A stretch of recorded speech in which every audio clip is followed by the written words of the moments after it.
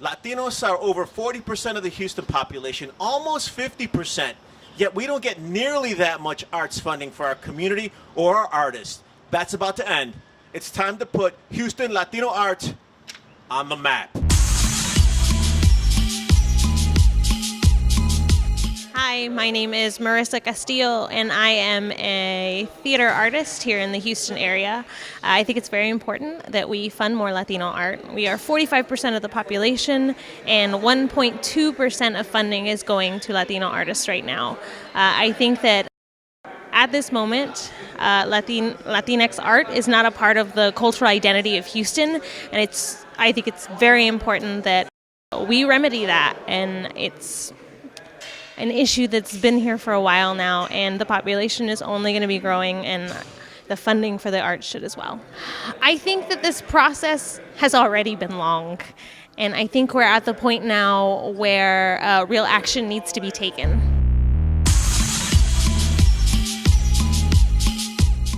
This is Tony Diaz with The Other Side Television, and we have a segment for you that's very different from what you're used to seeing on our show.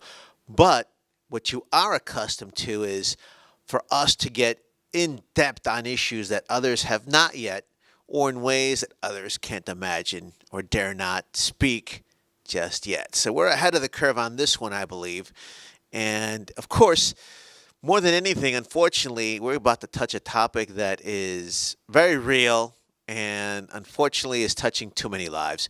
So I have Mike Lopez with me, and he's going to tell us about a presentation he's developed to address what we might call school safety issues.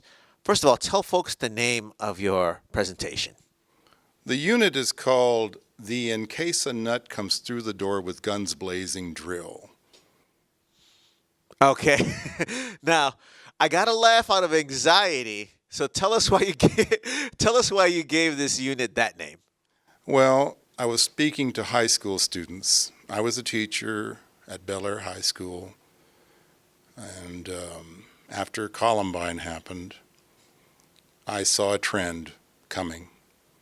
I knew that this was going to catch on just because to your average psycho, that would be very enticing. Numerous victims, unarmed, easy targets, and in a location that's very well spread out, that can be pretty much approached, and due to the isolation of the classrooms, people on the other side of the campus wouldn't even know what was going on. Now, I think some folks are going to resist this for different reasons. One might just be the first emotional response of saying, I hope this doesn't happen. I wish this weren't happening. That's one thing.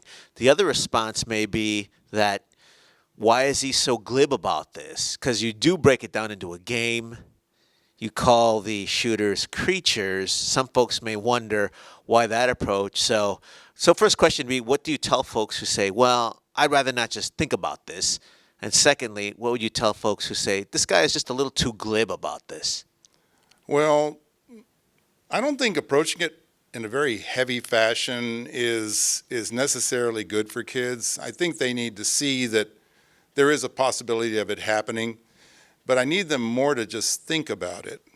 And the reason I use the name creature is because I do not wish to humanize the shooter. I don't care about his background. I don't care about his mental attitude. I don't care about any of those things. All I care about is the result of his actions, killing innocents. I can't even understand it. I can't comprehend it. But I don't want them to think in terms of, this is a person. That's why I say this is a creature. This is an unfeeling, unthinking creature that only wants to kill just because he, or even she, likes the way it feels. That's heavy duty. Now, one thing is that your approach touches on a lot of different aspects of this issue in such a way that I think that you cut right to the point. So a couple things that we're going to do, we're going to be loading up and we're going to be airing certain segments from your full presentation. We are going to help you by putting the full presentation online. We'll be helping develop the website. And from the other side, what we want to do is continue the dialogue so that a year from now, there are different programs in place to address this differently, which I personally think your talk will inspire. What are some of your short-term goals for this and long-term?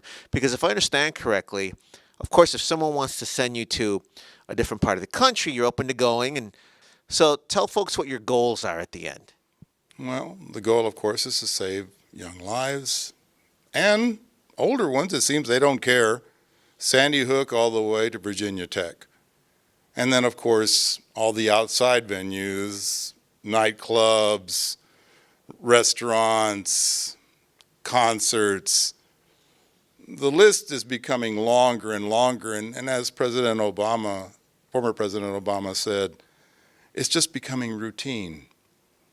So we may as well look at protecting ourselves as routine. Much as I hate to admit it, much as I hate to say it, this is going to happen more and more. And, you know, our current president said, and the carnage will stop right here and now. Well, that's an open invitation to every psycho in the entire country to come out and prove him wrong. So I think it's only the beginning. We're going to see more and more of this. And I want people to start looking at it because you can't stop the weapons. That genie's out of the bottle. You can't stop the weapons. That's done. If you stop selling ARs tomorrow, assault rifles tomorrow, there would still be millions of them out. And they would simply change hands by different methods, theft, resale. The methods are endless. So that genie's out of the bottle. And as far as bulletproofing everything that people have, that won't work either. If you bulletproof the school, they'll get them on the playground. You bulletproof the playground, they'll get them on the bus. You bulletproof the bus, they'll get them at the bus stop. It's never going to stop. They're just going to find new venues. So it's up to us to just start changing the play it safe attitude. Well, Mike, you've given us a lot to think about, but also a lot to act on. Of course, you can visit the website, which we've got on the screen right now, to see the full presentation.